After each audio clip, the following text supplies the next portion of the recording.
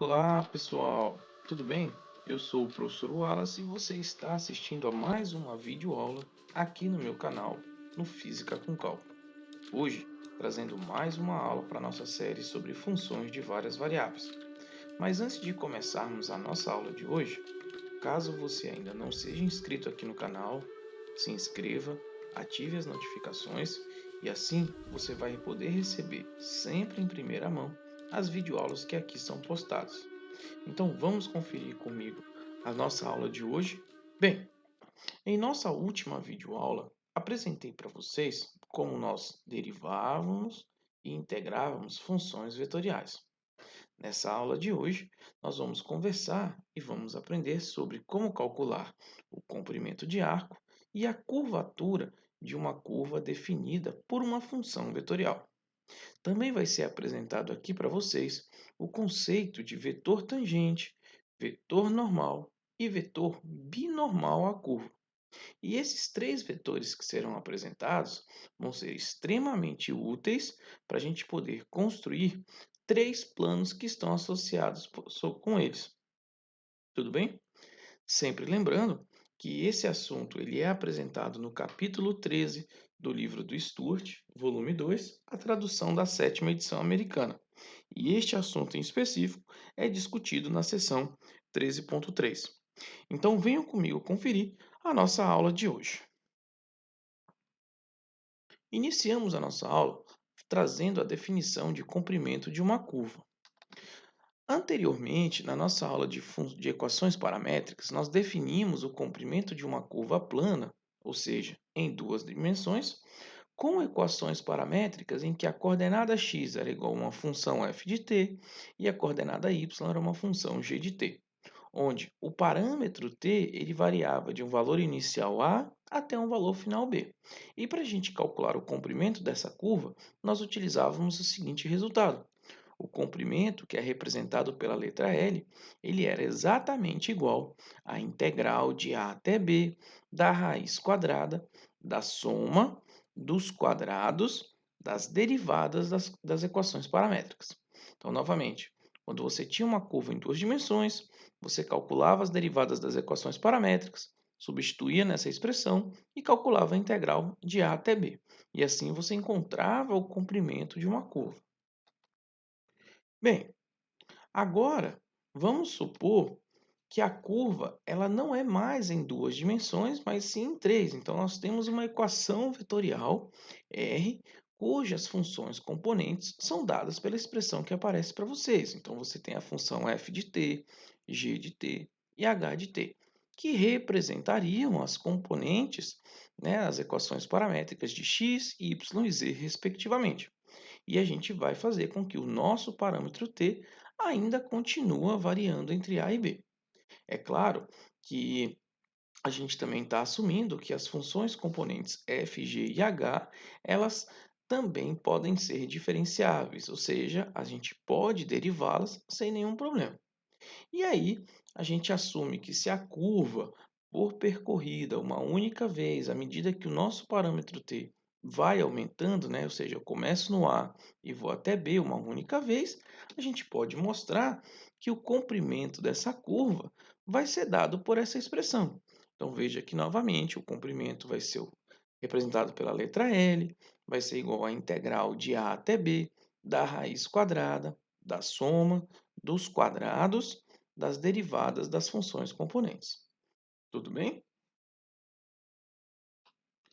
Observem que os comprimentos dos arcos de uma curva, tanto em duas dimensões quanto em três dimensões, eles podem ser escritos de uma forma muito mais compacta se a gente usar esse resultado aqui, né? Então, essencialmente, quando a gente fala de uma função vetorial, que é descrito pela função r de t, e a gente quer calcular o comprimento da curva, que é descrita por essa função vetorial, o que que a gente faz? A gente calcula a integral do ponto onde o parâmetro começa, a gente representa pela letra A, até o ponto onde o parâmetro termina, que a gente representa pela letra B, e calcula a integral do módulo da derivada da função vetorial. Então, repetindo, o comprimento de uma curva em 2 ou 3 dimensões, nada mais é do que a integral definida no intervalo onde o seu parâmetro começa e termina do módulo da derivada da função vetorial. É isso mesmo.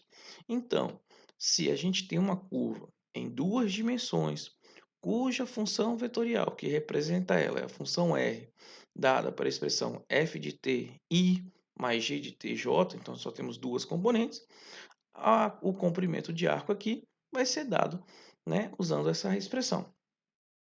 Agora, se nós estivermos falando de curvas espaciais, onde nós temos 3 componentes, a função f, a função g e a função h, o comprimento você vai ter que usar o módulo da derivada da função vetorial pela essa expressão que aparece. Tudo bem? Se você chegou até esse ponto, teve alguma dificuldade, pause o vídeo, assista novamente e não esqueça de colocar nos comentários algo que não ficou tão claro para vocês, para que eu possa vir trazendo um outro vídeo ou até mesmo tentar responder no comentário de vocês, certo? E diante de tantas fórmulas e tantos resultados que nós apresentamos aqui, é importante que a gente faça um exemplo para que a gente possa fixar bem melhor o que foi apresentado. Então, esse é aquele momento em que você vai dar uma pausada no vídeo, vai pegar um papel, uma caneta, se você já não tiver aí, mas se você tiver, beleza, não tem problema, e a gente vai resolver com calma esse resultado. Então, a gente vai calcular o comprimento do arco da hélice circular, cuja equação vetorial dela é dada pela função vetorial r de t igual a cosseno de ti mais seno de tj mais tk. E nós vamos calcular esse comprimento do ponto 1, 0, 0 até o ponto 1, 0 e 2π. Então, prestem bem atenção para que a gente possa entender perfeitamente como funciona o processo. Inicialmente, o que a gente tem que fazer é entender que a nossa função componente, a nossa função vetorial, ela tem a expressão r de t igual cosseno de t i, né, seno de t j e t na direção k. Então a gente calcula a derivada dessa função, porque lembrando que para calcular o comprimento a gente tem que conhecer esse vetor derivado. Então o vetor derivada vai ficar menos seno de t. Aqui, quando eu derivar o seno, vai ficar cosseno de t. E quando eu derivar o t, vai ficar 1. Perfeito. Então, a gente já tem. Então, o módulo desse vetor derivada, a gente calcula. Vai ser a raiz quadrada da soma dos quadrados das suas componentes. A gente coloca aqui. Então, o primeiro elemento que vai entrar aqui é o quadrado desse cara. Então, vai ficar menos seno de t. Depois nós vamos colocar aqui o cosseno de t. E por fim, nós vamos colocar 1. Então veja que resolvendo isso, o que a gente vai encontrar é que esse módulo é igual a raiz de 2. Tudo bem? Continuando, então nós queremos calcular o comprimento da curva, que a gente vai representar por L, onde isso vai ser a integral do módulo do vetor derivada, dt. O problema agora, pessoal, reside em encontrar quem são os valores iniciais e os valores finais, né? Então, quem são os limites de integração? Para isso, a gente volta no enunciado, onde ele fala que nós vamos sair do ponto 1, 0, 0 e vamos até o ponto 1, 0 e 2π. E aí, se você observar atentamente a expressão da nossa curva, né?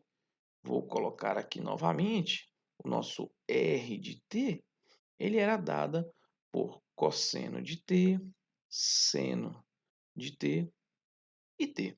Então veja que quando eu escolho os pontos, e aí a gente tem que observar com bastante calma, esse carinha é o x, o y e o z. X, y e z. Veja que os valores de z são coincidentes com o valor do próprio parâmetro t, porque, de acordo com a curva vetorial, o z é igual a t. Então, o que a gente está dizendo é que se eu sair desse ponto 1, 0, 0 e for até esse ponto 1, 0 e 2π, eu estou vendo que o meu parâmetro t ele está variando de 0 até 2π. Ou seja, a nossa integral aqui ela vai ser uma integral de 0 a 2π. Perfeito? E agora a gente pode substituir os resultados e calcular o comprimento de curva. Então, o comprimento da nossa curva vai ser uma integral de 0 a 2π e o módulo do vetor velocidade nós já encontramos e vimos que ele é raiz de 2 multiplicado pelo incremento da integral, que é dt. Bem, esse cara é constante, ele sai, a integral é de 0 a 2π dt. Essa integral ela é simples e o resultado dela é 2π. Então, aqui vai ter 2π raiz de 2. Portanto, este é o comprimento da nossa curva. Bem, uma única curva ela pode ser representada por mais de uma função vetorial. Então, por exemplo, se nós considerarmos aqui a curva a cúbica retorcida, que eu já trouxe aqui para vocês, e a sua representação vetorial ela é dada pela equação, né? O r de t ele é um vetor cujas componentes é t, t quadrado, t ao cubo, com o t variando de 1 até 2. Então, essa função vetorial ela traz para a gente uma curva que é chamada de cúbica retorcida. Beleza, mas essa mesma curva ela poderia também ser representada se nós utilizássemos uma outra função vetorial, que seria a função vetorial onde as componentes seria a exponencial de u, a e elevado a 2u e e elevado a 3u, onde agora o nosso parâmetro u ele varia de 0 até o log de 2. Então, observem o seguinte, né, que quando eu comparo as duas equações, eu vejo que existe uma relação entre elas, né, entre o parâmetro t e o parâmetro u, e a gente conclui que a relação é que o t é igual à exponencial de u. E o que, que isso quer dizer, né? Bem, se nós fôssemos utilizar a equação, a fórmula do cálculo de comprimento, tanto para a primeira curva, né, escritas em termos de t, quanto para a segunda curva, escrita em termos do parâmetro u, o que a gente esperaria era encontrar exatamente o mesmo resultado, e que de fato acontece. Então, ou seja, tanto faz se usar a representação de cima ou a representação de baixo. E o interessante é que a gente pode mostrar que, independente da parametrização utilizada, a fórmula para o cálculo do comprimento de curva ele vai obter sempre o mesmo resultado. De linhas gerais, o que a gente pode dizer é que as equações de R1 e R2 são parametrizações da curva C. Em outras palavras, você está escrevendo a mesma curva usando representações distintas. Então veja que diferentes representações podem levar à mesma curva. Tudo bem? Agora que nós já entendemos como calcular a função, agora que nós já entendemos como calcular o comprimento de arco, lembrando que para determinar o comprimento de arco, precisamos conhecer a função vetorial, a derivada da função vetorial, o módulo da derivada da função vetorial e o valor onde o parâmetro começa e o valor onde o parâmetro termina. Agora, nós vamos, a partir deste resultado, construir o que nós chamamos de função comprimento de arco. Então, o que a gente tem é o seguinte: vamos assumir que a gente tenha uma curva C que é dada pela função vetorial R, cujas funções componentes são f, g e h, o que é de praxe que a gente já conhece. E o nosso parâmetro ele está variando de a até b. E aqui o que a gente tem é que a derivada dessa função vetorial ela é contínua e que essa curva ela é percorrida apenas uma única vez à medida que a gente aumenta de A para B. Não estou repetindo, não estou fazendo em ciclo isso. Então a gente define uma função que nós chamamos de função de comprimento de arco S através da fórmula. essa função de comprimento de arco S, ela é igual à integral de A até T, onde T é uma variável, tá bom? Do módulo da função vetorial calculado. E o que significa geometricamente essa função de comprimento arco? Bem, essa função ela é justamente o comprimento de uma parte da curva entre o valor inicial dela, que é descrito pelo vetor r calculado em A, como a gente está vendo na figura, até um ponto arbitrário dela, que é um r calculado em t. E qual é a utilidade desse resultado, né? Por que que eu estou fazendo isso e não estou calculando o comprimento em geral? É porque a partir desse resultado é que a gente vai poder encontrar parametrizações diferentes para a mesma curva. Então a gente utiliza a função comprimento de arco para que você possa reparametrizar a sua curva. E a partir da função comprimento de arco, se a gente deriva dos dois lados a função comprimento de arco, o que a gente encontra é que a derivada da função comprimento de arco com relação a t é exatamente igual ao módulo da derivada da função vetorial. Calma, eu sei que está ficando um pouco confuso, então eu vou explicar com calma. Nós definimos uma função chamada função comprimento de arco, em que o resultado não é mais um número, e sim uma função que depende do parâmetro, e que esse resultado ele é muito útil quando você quer parametrizar uma curva em relação ao comprimento do arco. Por quê? Porque o comprimento de arco aparece naturalmente a partir da forma da curva e ele não depende do sistema de coordenadas utilizado. Ou seja, ele é uma maneira de você encontrar outras parametrizações para uma mesma curva. Então, se uma curva que é descrita pela função r de t, já está dada em termos de um certo parâmetro t, e a função comprimento de arco ela é obtida através do resultado que eu mostrei para vocês, então nós somos capazes de inverter essa função comprimento de arco, de modo que eu encontre agora o meu parâmetro t dependendo do s. Eu vou trazer um exemplo para ficar mais claro para vocês, mas calma.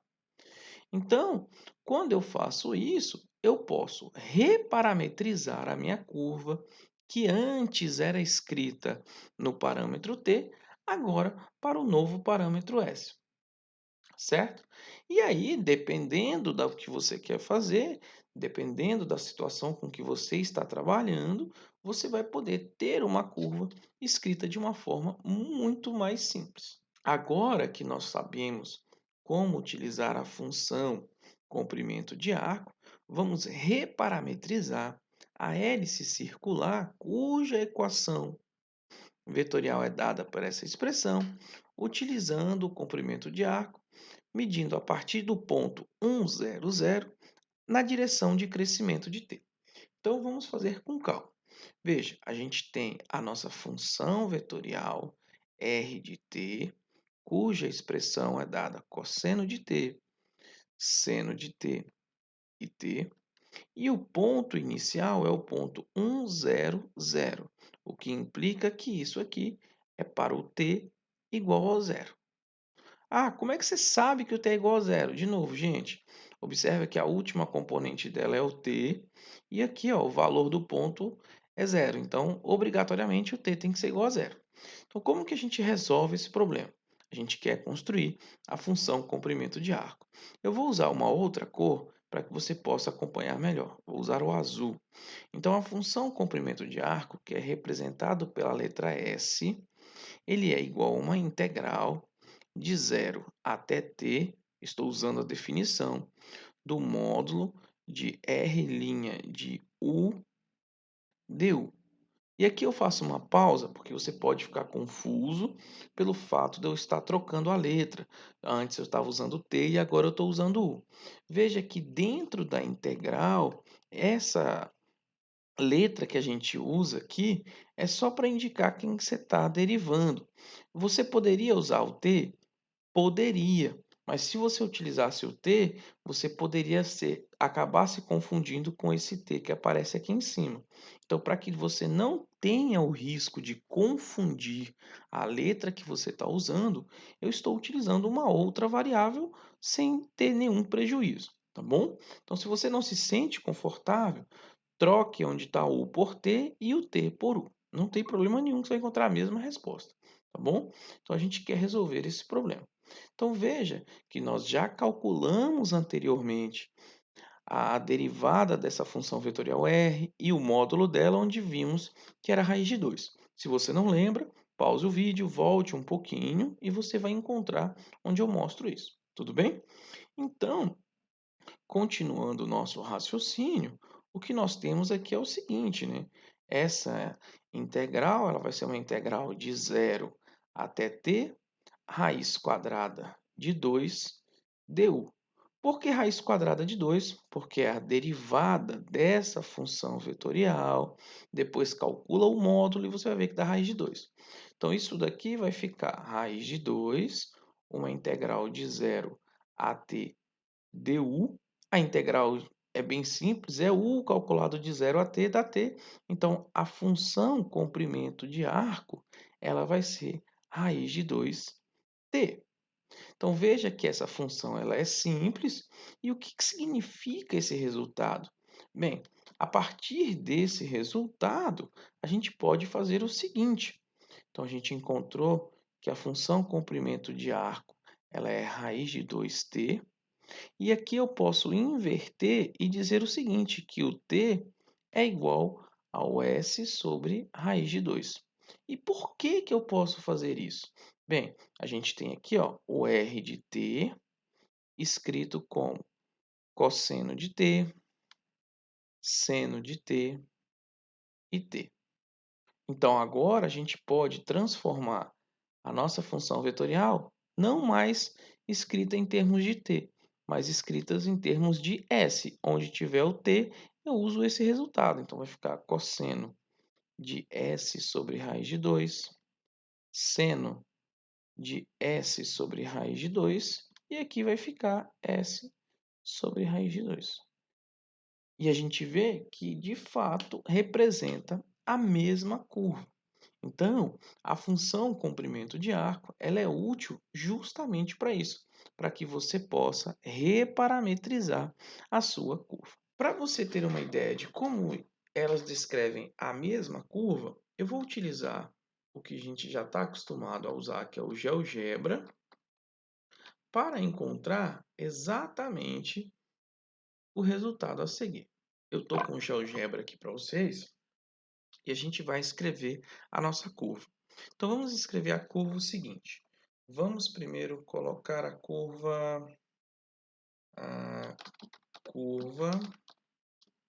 então nossa curva é cosseno de t, seno de t e t, variando de 0 até 2π. Então essa é a nossa curva, tudo bem?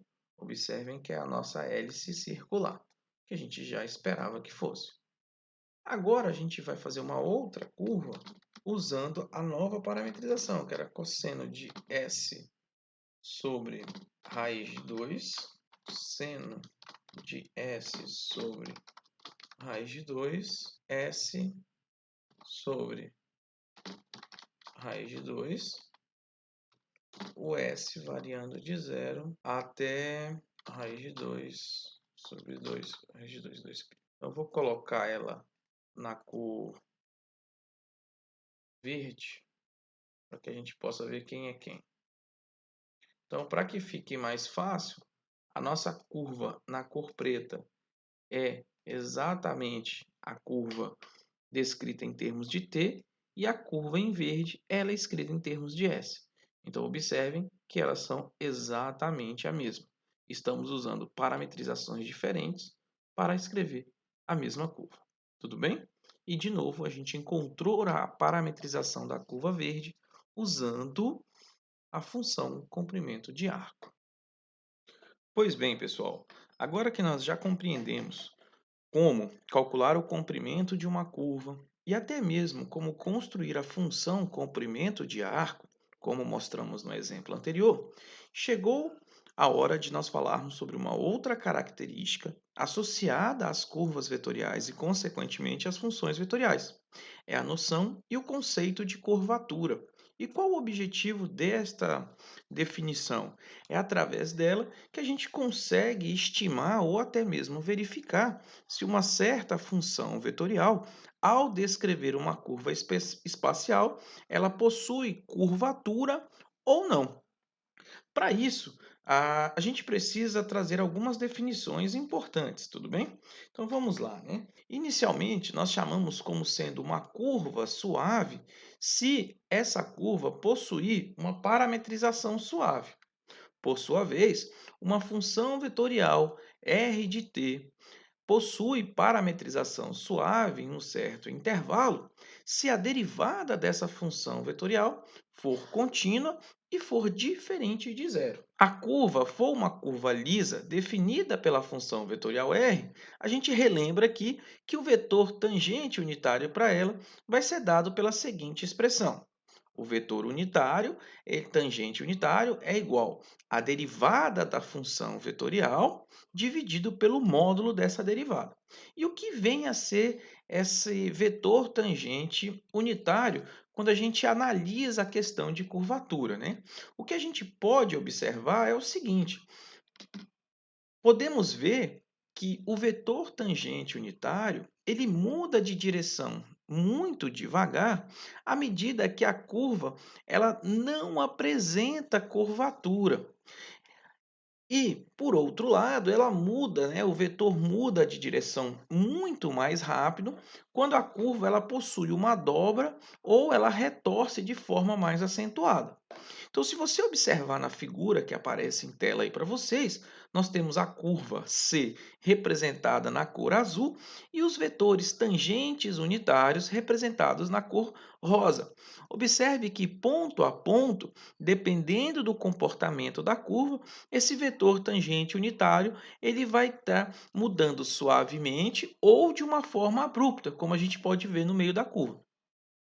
Essa mudança de direção e sentido do vetor unitário está associado à curvatura da nossa curva, descrita pela função vetorial.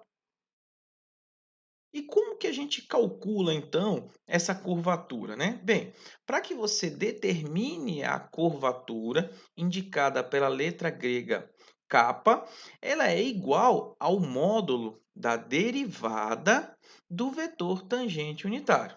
Tá? E o que vem a ser então? Como que a gente explica a curvatura? Bem, a curvatura em um dado ponto, ela é a medida de quão rapidamente a sua curva muda de direção num ponto específico. Portanto, a gente define a curvatura como sendo esse módulo da taxa de variação do vetor tangente unitário com relação ao comprimento de arco. Tá? A gente utiliza o comprimento de arco, porque assim a curvatura vai independer da parametrização. Então você está colocando de uma forma genérica que é a expressão, tá? Mas eu vou mostrar mais adiante como que de fato a gente calcula. E como o vetor tangente unitário ele possui um comprimento constante, né? Ele possui módulo 1, as variações que vierem a acontecer dele são apenas na sua direção e sentido, que influenciam, né, nesse cálculo da taxa de variação. Agora, claro que a expressão que eu mostrei anteriormente para vocês pode ser um pouco complicada no primeiro momento de se entender, mas você pode torná-la muito mais simples e calcular em termos do parâmetro t que a gente utiliza para descrever a curva, ao invés da função comprimento de arco. Como que a gente faz isso? A gente utiliza a regra da cadeia para escrever a derivada do vetor tangente unitário da seguinte maneira. Então, veja, se eu derivo o vetor tangente unitário com relação ao parâmetro t, que é justamente essa expressão aqui, eu uso a regra da cadeia para fazer uma mudança de variável, né? Então, é como se eu estivesse dividindo por ds e multiplicando por ds, e uso o fato de que a derivada do vetor tangente unitário com relação ao comprimento a função comprimento de arco é justamente a curvatura. E aí a gente encontra, né, que a curvatura, que é a derivada do vetor tangente unitário sobre a função comprimento de arco, essencialmente vai dar essa expressão, certo? E claro, usando ainda o resultado de que ds dt é o módulo da derivada da função vetorial, logo a gente chega a uma expressão muito mais simples de se calcular a curvatura. Então, para calcular a curvatura, você tem que encontrar a derivada do vetor tangente unitário e você tem que saber calcular a derivada da função vetorial. Vamos para um exemplo para que a gente possa saber como calcular, tá? Então, mostre que a curvatura de um círculo de raio A é 1 sobre A. Bem, a primeira coisa que a gente precisa aqui, tá, pessoal, é você escrever a função vetorial que descreve um círculo. O círculo é uma curva de duas dimensões, então essa função só possui duas componentes. Então, a função vetorial R, que descreve o círculo de raio A, possui as componentes A cosseno de t e A seno de t. Veja que ao calcular o módulo dessa função, você vai ver que o resultado vai dar A, e se você fizer o gráfico utilizando o GeoGebra, utilizando o Matemática, ou outro programa que você queira, você vai encontrar como imagem a curva circular. Agora a gente calcula a derivada dessa função. Então, a derivada dessa função, ela vai ser menos A seno de t, A cosseno de t. Cada derivada da função vetorial, podemos construir o vetor tangente unitário como sendo o vetor derivada dividido pelo seu módulo. Ao fazer isso, nós vamos encontrar que esse vetor vai ser o vetor de componentes menos seno de t, cosseno de t. E agora a gente encontra a derivada do vetor tangente unitário. Então, a gente vai derivar essa última expressão, onde nós vamos encontrar menos cosseno de t. Perfeito. Diante de tudo isso, a gente usa, né, que a curvatura dessa nossa curva do círculo, ele é o módulo da derivada do vetor tangente unitário dividido pelo módulo da função derivada. Agora basta que a gente substitua todos os resultados dentro da nossa expressão.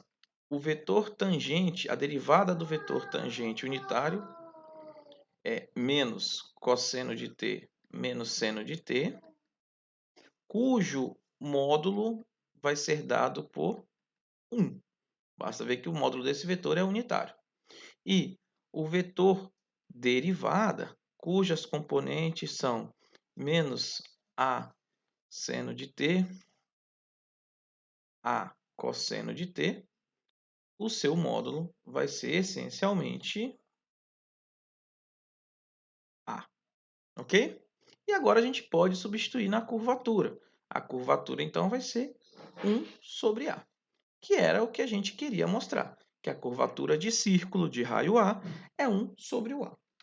E o que esse resultado mostra para a gente, né?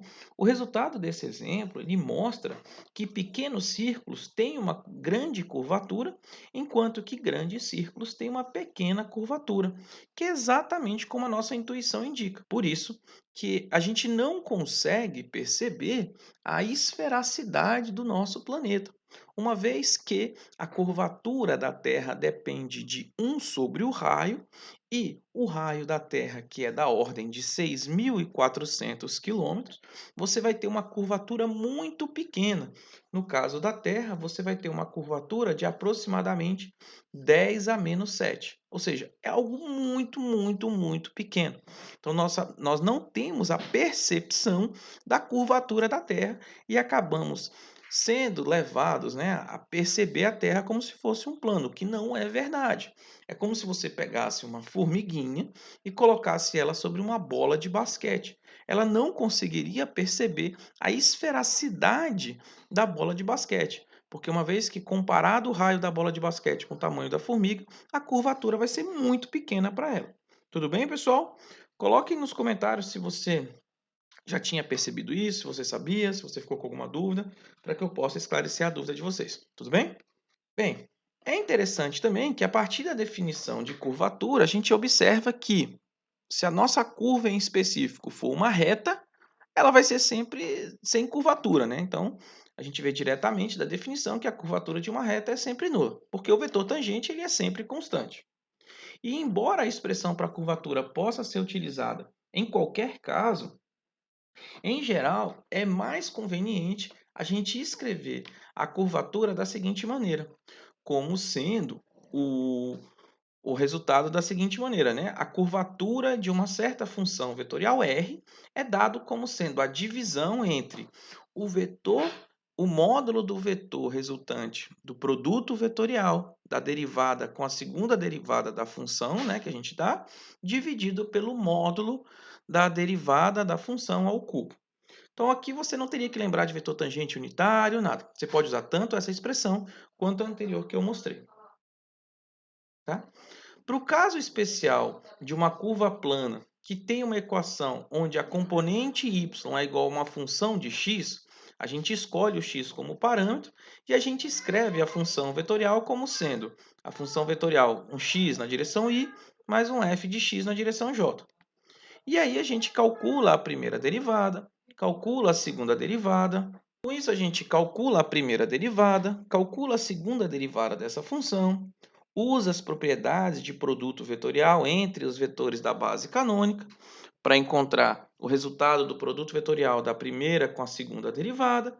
E o que a gente encontra é que a curvatura pode ser escrita por essa expressão que aparece para vocês. Mas, de novo, esse resultado ele só é utilizado apenas quando a sua curva ela é parametrizada em termos do x e escrito. E assim a gente chega ao final da primeira parte da nossa videoaula sobre comprimento de arco e curvatura.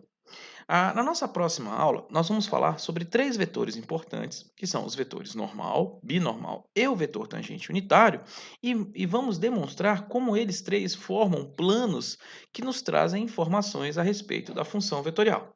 Se você gostou dessa aula de hoje, não esqueça de curtir, compartilhar, comenta aí embaixo qual foi a parte que você teve mais dificuldade, qual foi a parte que você compreendeu.